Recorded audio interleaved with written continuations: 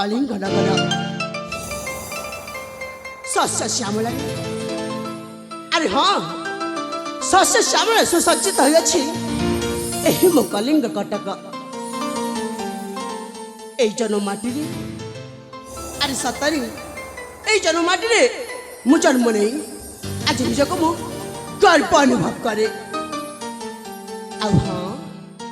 से ऋतुराज बसंतर आगमन रे कर्ण मोर शोभा जाए कोइलीर कुहु कुहु गान आ सतरे सतरे मत मध्य से कोइलीर सुमधुर सुरे सुरे गाइबा को इच्छा हुए एक हृदय स्पर्शी गीत हे हे ला ला la la la la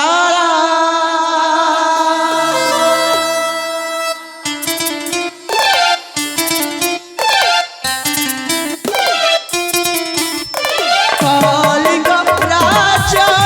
मुझे कला भ्रमरा सीधा थामु सुंदरा सीधा थामु सुंदरा आदर्श राजा नहे मु प्रियरा सीधा थामु सुंदरा सीधा थामु सुंदरा हमरे ना हृदय था हतरा सीधा थामु सुंदरा सीधा थामु सुंदरा सीधा थामरा सीधा थामरा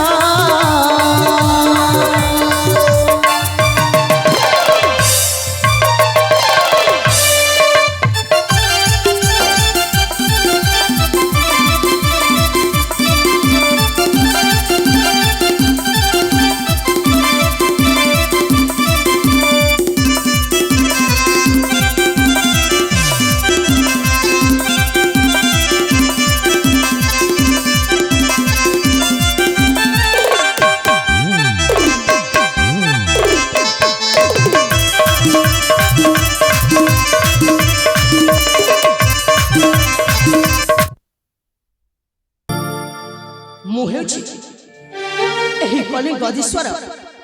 महाराजा महाराजा आदर्श सामंतराय एकमात्र अलियल पुत्र आ मो ना हेउछि सिद्धार्थ सामंतराय आज आज मो गुरुकुल मोर शिक्षा शेष हम आ मो पिता को खबर पठाई मत राज्य प्रत्यावर्तन कर व्यवस्था करने हेले हेले मु तो भूली जाइछि सेपटे मो पिता पठाई सन्यागणकर मते अपेक्षा करिवार अछि तेबे जाए तांको किछि क्षण मो अपेक्षा करिबी।